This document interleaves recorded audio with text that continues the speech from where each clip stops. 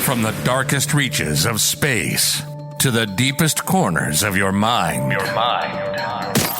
Welcome to From the Void.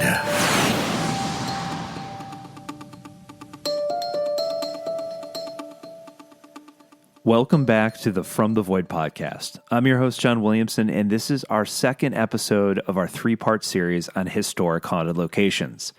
This week, I bring you the Anchorage in one of my favorite spooky towns, historic Marietta, Ohio.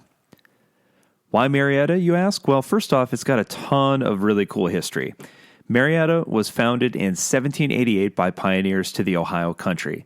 It was also the first permanent settlement in the newly established Northwest Territory, or what would later become the state of Ohio. The name Marietta is in tribute to Marie Antoinette, the then Queen of France, in honor of the aid provided by the French in the American Revolution.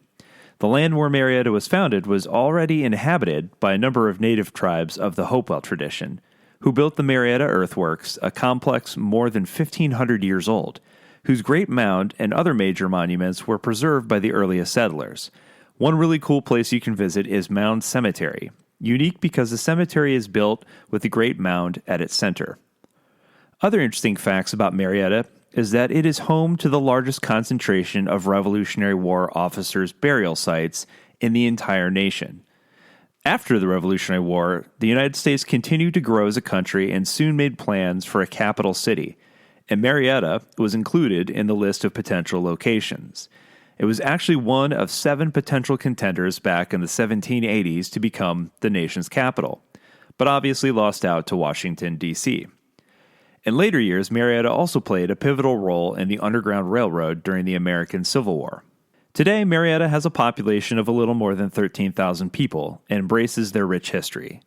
Beyond the Anchorage, there's a ton of other establishments that purport to have ghostly activity as well. A couple of those places include the Lafayette Hotel and the Hackett Hotel just around the corner. Shout out to Amber, who tends bar at the Lafayette, and to one of the best burgers I've ever eaten in my life from the Galley, the restaurant at the Hackett. In this episode, we'll focus on the Anchorage Mansion, though. We've taken a couple of visits to Marietta over this past year, and on our first trip, spent a good deal of time at the Anchorage, and had an experience we'll discuss later in the episode. On our second visit, we had the pleasure of sitting down with the incredible Viva. Viva is one of the amazing folks who give regular tours at the Anchorage and is part of the Hidden Marietta Tour Company. What you're about to hear is our conversation with her, recorded live at the Anchorage, where we actually set up on the second floor, where there are all sorts of reports of ghostly activity. So, if you hear any strange noises during the interview that aren't us, let us know at thefromthevoidpodcast@gmail.com. And as I said, we'll also tell you about the experience that we had on the third floor that to this day we can't quite explain. But I'll let you be the judge. Here's Viva talking about the history of the Anchorage. Well, firstly, my name is Viva. I'm one of the co-owners with Hidden Marietta. We partner with the Washington County Historical Society to be able to run tours and events out of the Anchorage Mansion, which is in Marietta, Ohio. In regards to the history of the house, it is over 160 years old, which means that it was built in 1859 by a gentleman named Douglas Putnam. He built it for his wife, Eliza Putnam, and both of them obviously were madly in love. But Eliza was only able to enjoy the house for 3 years before she passed away here due to heart failure. The room that she actually passed away in is just behind this wall here, so that room over there. That would have been a room that her and Douglas both shared. Eventually, after she passed and some time went by, he did end up remarrying, and he lived here a lot longer than she got the chance to. And then eventually he did end up passing away here as well in that same bedroom. Luckily, a little side note as well, the castle here in town, which is located on 4th Street, they have a storage unit that they were going through and cleaning up and stuff, and they actually found Douglas's original bed, like his bed frame. So we now have his bed frame inside of that room too. So we don't know if that's the bed frame that him and Eliza both shared. We don't know if that's the bed frame that he would have passed away in or anything. But it did come with like information that was authenticated and known to be signed off by Douglas Putnam. So that would have been a Putnam bed. So we're very happy to be able to have that in our possession again. But now the house was supposed to just be a residence. It went from owner to owner after Douglas had passed away. It's very unfortunate that it didn't stay within the Putnam name, but a few of the owners did love and take care of the house as best as they possibly could with a house this massive. But the second longest owner of this home was that of Eddie McTaggart. He was an oil and gas man here in the area, and he lived here, I think, from 1911 to when he passed away in 1953. So he would have been the second longest owner of the household, and him and Douglas, we kind of see them both as the men of the house. So they kind of both carry that crown or sit on that throne or what have you. Douglas was in love with the area, in love with the community. He was in love with this sort of architecture. Eliza more so. She saw the beautiful Italianate homes that they had in New England when she went to go visit a friend, and she came back here and she didn't see anything like it. So, of course, her knowing how easily pliable Douglas was, she pretty much just batted her eyes and said, "Pretty please," and he gave her exactly what she wanted, which is always really nice, It's always good for a guy to kind of give you what you want. But he gave her exactly what she wanted, and this was a combination between both of their brains put together, and as well as using John Slocum, who was a local architect here. He built this house as well as the castle, as well as Henderson Hall, which is over in West Virginia. And I do believe he also had a hand in several of the churches here in the area as well. So he was very well known, very well utilized in the area as being a very, very good architect. Now, the history of it, for the most part, like I said, especially when it comes to the residents here, all the residents were very community-based, charity-based. Douglas and Eliza were known to be very open-minded. They believed in women's rights. They believed in the freedom of slaves and everything. Of course, a lot of people speculate that this house was one of the stops on the Underground Railroad. Now, of course, we can't confirm or deny that, but we do know that Douglas would have had very strong opinions about setting people free and treating everyone as equals in some way, shape, or form. And his brother, David Putnam Jr., was a known abolitionist in the area. He lived just next door, right through the trees. So there was no way with his brother living right next door, doing the stuff that he was doing, that he wasn't going to help his baby brother out. So, yeah, it's known that the Putnams would have been very charitable, very open-minded people. Several of the owners beyond them would have also shared that same sort of love, and it continued on all the way through with Eddie McTaggart. He was a big lover of music, so he ended up actually funding Marietta College here in town, and after he passed away, he willed a large portion of his fortune over to the Marietta College, and they created a music program that's named after him now. But of course, even with all of those wonderful things, after the residency history of the house stopped, it was turned into a nursing home in the 60s. It was bought by a Christian church here in the area, and it was known as the Christian Anchorage Nursing Home. It was a nursing home for 26 years, and there was a lot of, what's the best word for it?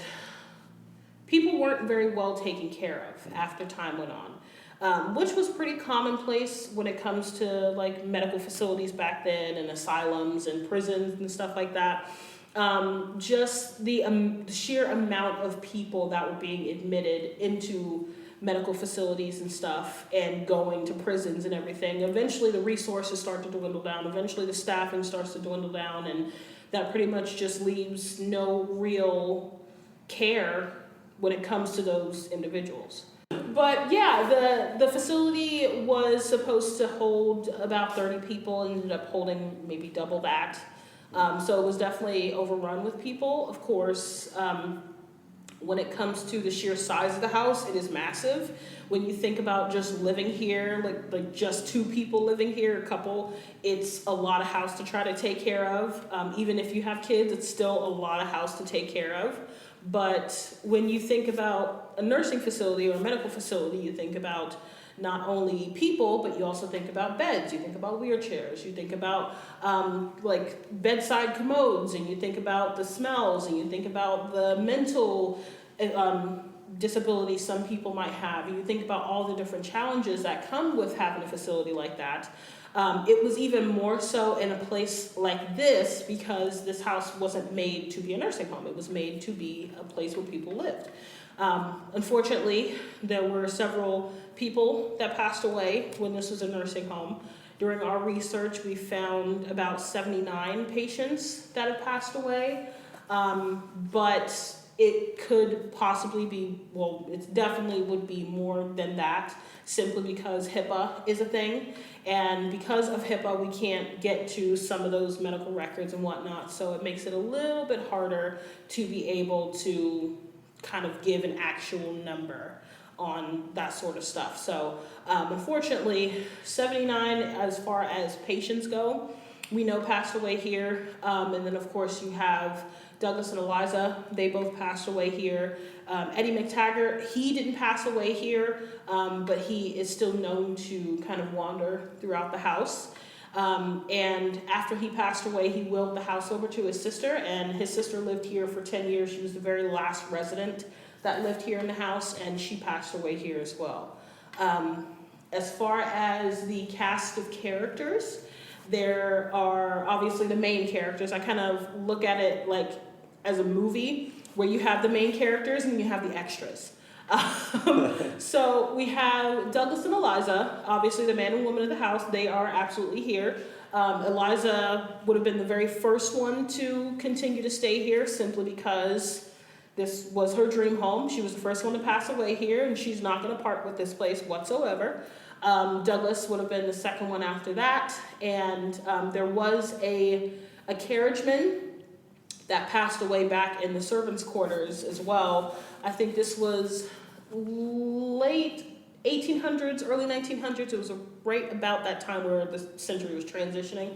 But he had passed away while he was sleeping. He inhaled like the fumes from a gas lantern. The flame went out, and the fumes, he just breathed it in and passed away when he died, when he was sleeping. But he passed away back in the servants' quarters, and then of course Eddie, his sister Sophia, and then it was just a bunch of patients. So we do have the three main ones: Douglas, Eliza, and Eddie. Sophia, his sister, likes to come out from time to time. Most of the time she stays in her room, which is just over here. But we do also have two little girl spirits that hang out here in the house as well. And their names are Henrietta and Clarabelle. And both of them are known to kind of wander throughout the entire house. So we usually will have like toys and stuff all over the place just for them to be able to play with something and not fuck with our stuff in the shop, to say the least. So that's putting it nicely. There have been several times we'll be sitting downstairs in the shop and we'll have like a book fly off the shelf, or we'll have we have a chest that has crystals. Like you get like a little scoop of crystals, put in a little baggie, and we'll have a crystal come launching across the room at you. We'll have stuff just move, like misplace and move around and stuff, and it's like, what the heck is happening? But it's just normal for them to just do things like that. And the way I see it, they're comfortable here, they're happy here, so we're just going to continue to let them be kids, you know. Of course, we don't know how Henrietta came to be. We know that there were two Henriettas that passed away here when this was a nursing home. But Clarabelle was actually a patient here. She was in her mid to late 40s, but she had the mental capacity of a child. So she didn't pass away here either. She passed away at a different nursing facility. But when she was living here, she would always say that there was a little girl that would visit her named Henrietta, and they would play games together, they would talk, and they would play with dolls and stuff like that. So it was really commonplace for her to see this little girl that now we know is haunting this house, and they're like joined at the hip, basically. Usually you see one, you see the other, you hear one, you hear the other. They always move in packs, like they move in twos. But we're happy that Henrietta has a playmate now, and they have each other, and they really just were like, we are officially BFFs, and that's totally fine. So we do have those 5 main characters. Then we have our side characters like Walter. He hangs out downstairs, and he is an old man that passed away when this was a nursing home. He died in the 70s from a massive heart attack. But he has just decided to stick around and be mischievous, and he likes to scare people. Sorry, I scared you guys last time. The last time you were here, I'm so sorry. But he likes to scare people. He likes to scare people in the bathroom or in the billiard room just outside the bathroom or the main hall or the dining room and blah, blah, blah. So that's what he usually likes to do. Then we also have Casanova, which hangs out in the servants' quarters. And he is like your quintessential horny old man in a nursing home. So he's the one, even though I always tell people, like, we don't have any aggressive spirits here. We don't have anything malicious. We don't have anything evil. It's all just old people that are either confused or just raunchy for no fucking reason. But he's known to, I guess, be the more touchy spirit that we have. So he will grab your butt, pull your hair, hold your hand. He's grabbed people's boobs before. A lady said that she was like up against the wall and she felt like somebody was like hugging her while she was there and she was kind of frozen. He mostly shows himself as a shadow figure as well back there. And that's honestly like the second spookiest place in the entire house. But I would say that the attic is the spookiest place. Not only because of the plethora of toys that we have up there, but also because of the fact that the little girls do tend to hang out up there. There is a patient that is also up there as well, and he tends to be a little bit more aggressive with the girls, not so much people, but he's an attention whore, for lack of better words. And if you don't give him attention, he just gets annoyed, and he will like show himself or like duck or like peek around corners and stuff to try to startle you. And we've heard him like rushing up the attic steps and everything just to get people to acknowledge him, and he's just an attention whore. So we tell people not to even pay attention to him unless you absolutely want to talk to him. Don't even focus on him whatsoever. He's a pain in the butt, to say the least. But then, of course, you just have the random patients that kind of go back and forth. The one thing that I always like to stress to people is not everything is an intelligent haunting. Some stuff is just a residual haunting. So it's just something that is imprinted in a location, in the soil, the ground, the building, the object. Sometimes it's just a reverberation through time. It has to be the right time, the right energy, the right temperature, the right time of year, the right moon cycle, you know, and that energy will reverberate out and present itself. And sometimes people do see that as an intelligent, legitimate haunting. But we do have some residual hauntings here. This is kind of like a really good place to see movement and shadow figures and stuff. And a lot of the time, those movements and those shadow figures and those noises that we hear are just something that's going to happen whether we're there or not. It's not anything that's going to interact. It's not anything that's going to do anything opposite of what it normally does. It's just going to continue on that regular path. So I always stress to people whenever they come in here to investigate is to understand the difference between an intelligent and a residual haunting, and also understand that it's an old building and it's going to make noises, it's going to creak, it's going to pop, it's going to do all those things. It's not demons like Zach Bagans likes to present. Zach. Oh, Zach.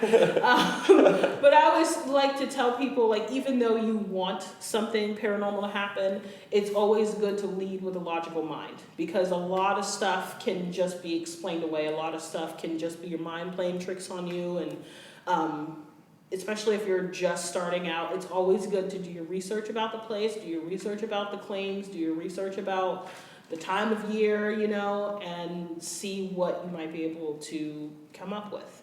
And this place is no different. I can honestly say that this place does have a lot of intelligent interactions here with patients, with previous owners and everything, with the kids.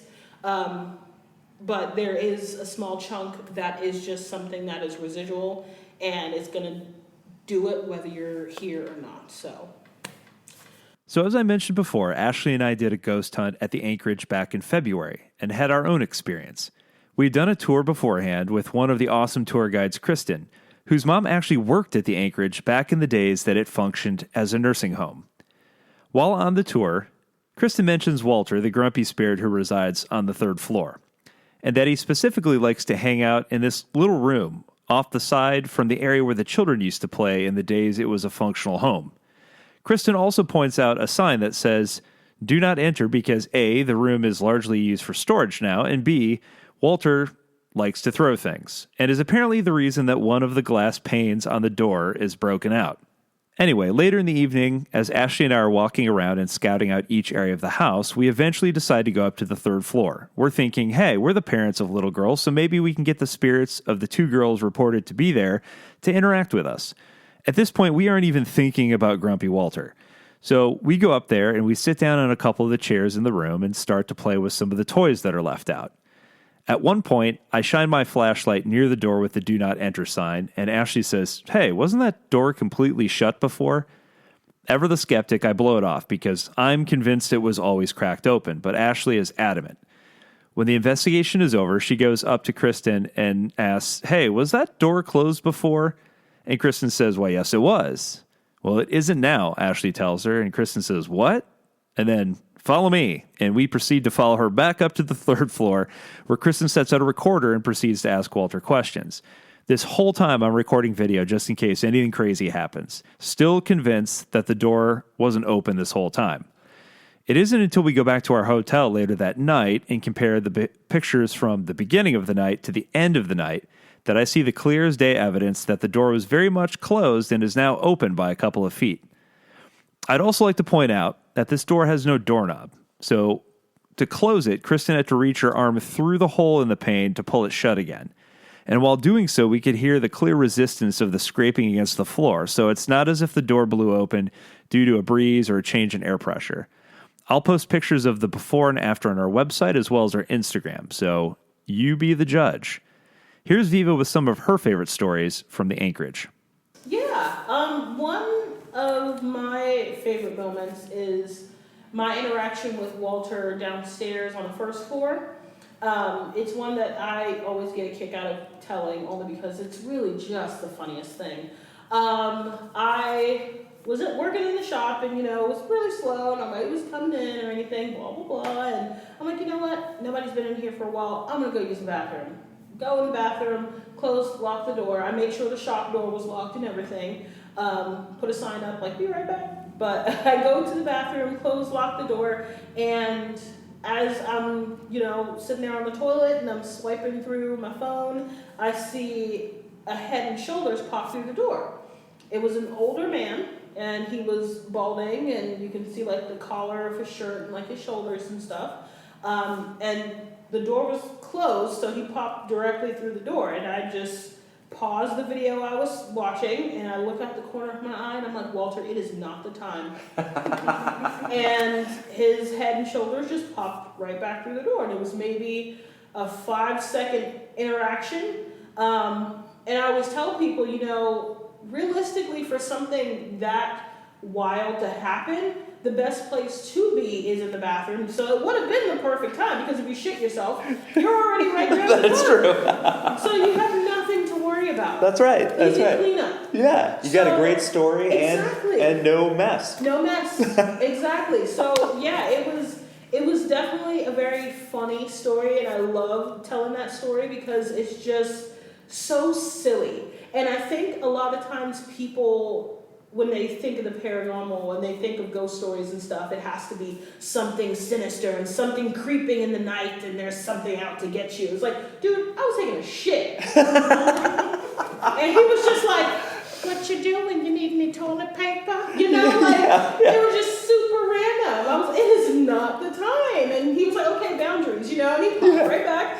And he didn't bother me for the rest of the day I was here in the house. So yeah, it's a funny story, and it kind of gives you a different perspective when it comes to the paranormal, because it's not all scary. It's some of the stupidest, silliest stuff that can possibly happen. And I think you have to kind of look at certain paranormal interactions in that sort of way, and not so much as like, oh my God, that was terrifying. It's just like, what the fuck was that? You know, it's just like, oh my God. But I love telling that story because so far that's my funniest interaction here in the house. Sometimes I will have, like if I'm doing the flashlight tour or something, I'll have the girls pull on my shirt or tug on my hand or what have you. So that's pretty commonplace. I have 2 boys. I have 2 kids, so I know what a child tugging on your clothes feels like. So whenever I know that they're pulling or something or tugging on me, they're just wanting attention or they're just lonely or what have you. So a lot of times I'll just put my hand behind my back, you know, just even, whether I can feel it or not, just so they know that if they want to hold my hand, they can hold my hand and everything. And it's not anything dangerous, it's not anything malicious, it's not anything scary. It's just sometimes they get lonely, you know, and they just got to pop in and they got to check in sometimes to just see what the vibe is like. Man, you just gave us a really funny one and then a really sweet and endearing one. Yes, That's really good. Exactly. And that's the good thing about this place, too. I always tell people it's a really good place for beginners, especially. Mm-hmm. If you're just starting out in the paranormal field, you don't want to go to a prison. You don't want to go to an asylum. Like, if you do, that's fine. Kudos to you. Yeah. But if you're really just wanting to start out and get the feel of things and understand it, and take your time with the equipment and take your time with the spirits that you're interacting with, this is the perfect place to do it, because we have pretty much kind of your quintessential haunting. We get poltergeist activity, we get shadow figures, we get full-bodied apparitions, we get disembodied voices, we get all sorts of stuff, but they're on such a minimal level. The intensity is not as high as a lot of people would have at like a prison or an asylum or something. And I think it's attributed to the fact that, one, we always make sure that the spirits feel comfortable here. This is a happy place. That's how the Putnams wanted it. And that's what we try to continue on for the Putnams. And 2, for the most part, it's a bunch of old people. You know? Like, well, what are the old people going to do? What are they going to do? They're as a ghost, they're going to break their hip. You gotta help them up. You gotta call Life Alert. Right. You know, like it's a bunch of old people. Some of them are confused. They don't know what's happening. Then you got 2 little kids who are just ornery as shit. And then you got the owners who are just like, what the hell are you doing in my house? You know, like it's a really good place to just kind of get your feet wet and just relax in a place that is genuinely just like your quintessential haunting. Like, I always kind of see this place as, if you think of a place that's like traditionally haunted, this is a place that's just traditionally haunted. One of the things about so many of these amazing places is that all too often there are periods in their long histories where they fell into disrepair. The Anchorage was no different, as Viva mentioned at the beginning of the episode. And so the hard work of folks like Viva and Kristen go into helping to raise funds to help restore these incredible structures to their former glory. Here's Viva talking about the stark contrast between the first floor and the rest of the house. It's a complete 180 to the way that it looks downstairs. And I kind of still see it as hauntingly beautiful. Mm-hmm. It showcases what not only the nursing home did to it, but also time has done to it, and it kind of is a reflection. I'm very morbid in certain ways, but to me it's kind of a reflection of life itself.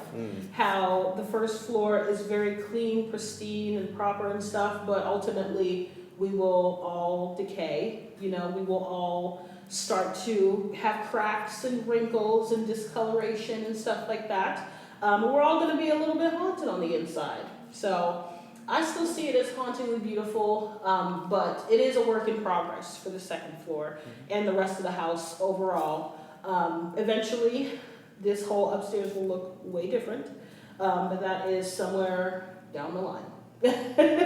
So, speaking of which, tell people, how you guys go about raising funds in order to restore it to its former glory, and how people maybe who are listening can help. Yeah, just simply coming here. We always encourage people to come here, do tours, do some of our events that we have here, and a large portion of your ticket or event cost actually comes right back into the building. It helps buy paint, it helps buy supplies to redo the floors and sanding and stuff like that, and it helps keeps the light on, keeps the water running and everything, and it just kind of showcases to not only the historical society that owns the building, but it shows to the town as well that these old buildings aren't just old decaying buildings. They can be salvaged, they can be saved, they have a purpose, they have a history, and just coming here, experiencing the house for yourself is always my first go-to. And then, of course, if you aren't able to come here, I always suggest to contact the Washington County Historical Society here in town, and people can actually sponsor a room. So if you have been here before, or if you have seen pictures or videos or something of this house online, you can always contact the Historical Society and say, hey, I would love to help beautify one of the rooms at the Anchorage. Can I donate some money, to be able to help with that? And it really does go a long way, because thankfully we have a lot of contractors and people here in town that will do the work here in the house, either at a discounted price or for free. So they're able to have a little bit more money for the beautification and for buying furnishings and getting this and getting that. And once the room is actually complete, you get like a gold and wooden plaque in the room that has like your name and that you donated to get this room restored. Basically, the room will be named after you and the date that they were completed with the renovations and stuff. So just contacting your historical or our historical society in that regard. And also, I'd also want to kind of mention as well, if like wherever somebody might be listening to this from, also keep in mind that your area probably has a lot of historical buildings too that need to be salvaged and saved. If you've never been there before, go check it out, see if you can do a tour there, help them with donations and everything, because that's basically how we started. Funnily enough, we don't get very many locals here at the Anchorage. We get a lot of tourists that come here. So I always encourage to find the historical buildings in your area first, see what you can do for your area, and then branch out. It never hurts to kind of come here or go to a different place and stuff and do a tour just to see what the progress is like, and then maybe you can take that information, go back to your local historical society and say, hey, this is a similar building, this is built around the same time, maybe we can kind of use this as a blueprint to help save or salvage this building in some way, shape, or form. So history is a big thing for us, not just here in town, but just in general. So any way that we're able to help people preserve history, preserve the stories of the people that have come before us, and preserve some of the hauntings as well, it's the best option, because the last thing we want is for a beautiful historic home like this to be tore down and it be turned into like a gas station. And then you see a Victorian ghost by the gas pump and you're like, what the fuck's happening? Very confusing. Very confusing. It's like, is it Halloween? It's for both March. The ghosts and for us. It's the middle of May. What's happening? As with all the locations we highlight during this series, please consider either visiting them or donating if you can. We'll have the links in the show notes. As a bonus, here's Viva talking about some of the places to check out at the Lafayette Hotel, where we stayed during our trip, and a place we highly recommend you check out as well. So I know we got to let you go. Before we let you go, though, any thoughts on the Lafayette? The Lafayette is fun. It is definitely very spooky, and it's over 100 years old. We used to do investigations there quite often, but of course, COVID happened and stuff like it started slowing down, and then they ended up having like a surge of business after COVID, so they've been super busy. But they actually have a bunch of ghost stories, so much so that they have a ghost book, so guests can actually like write down their ghost stories in the book, so you can actually ask for it. And I don't think you can take it upstairs into your room anymore. You have to read it in the lobby. Mm-hmm. But you can still see like the room number, the dates and stuff like that, and all the stories from guests and everything. And then of course the basement is the spookiest place in the entire building. Everybody always says it's the third floor. Mm-hmm. Realistically, all the floors are spooky, but I would say the spookiest place is definitely the basement. For some reason, the women's restrooms also get a lot of activity. I don't know why. It's the one in the basement that gets stuff, and the one closest to the ballroom that gets a lot of activity. I don't have any clue why. But yeah, if they allow you to go to the basement, even if it's just like for 5 minutes just to walk around and like look, then I highly suggest it. Because you can tell just being down there, the energy just like completely shifts. You can tell it's like this place is off big time. So yeah, we wandered down there last time we were here, and we're playing with the spirit box down there as well, and felt like we got the spirit of a young boy. Yep, that is Thomas. Who was like kind of very playful, it seemed Yes, he's very playful. A lot of times, whenever we interact with him, or whenever we would interact with him, we would always sit on the floor, because he would never play with the toys on the table and stuff, because that was very improper for his time. So we always sat on the floor at his level and just kind of play with the cat ball and spirit boxes and K2 meters and dowsing rods, and so yeah, he's a great time. We hope you enjoyed this episode on one of our favorite haunted locations, the Anchorage in Marietta, Ohio. A huge thank you to Viva for sitting down with us, and to the Hidden Marietta Tour Company. We had an awesome time at the Paranormal Expo they hosted in September. We'll be back next week with the conclusion to our Historic Hauntings series, with one where we captured some pretty strange evidence that I can't wait to share with you. Until then, consider rating, reviewing, and subscribing to the show so you don't miss a single new episode, and sharing with a friend. We're an independent podcast, and we grow by word of mouth. So thanks so much for listening, and until next time, you've been listening to From the Void.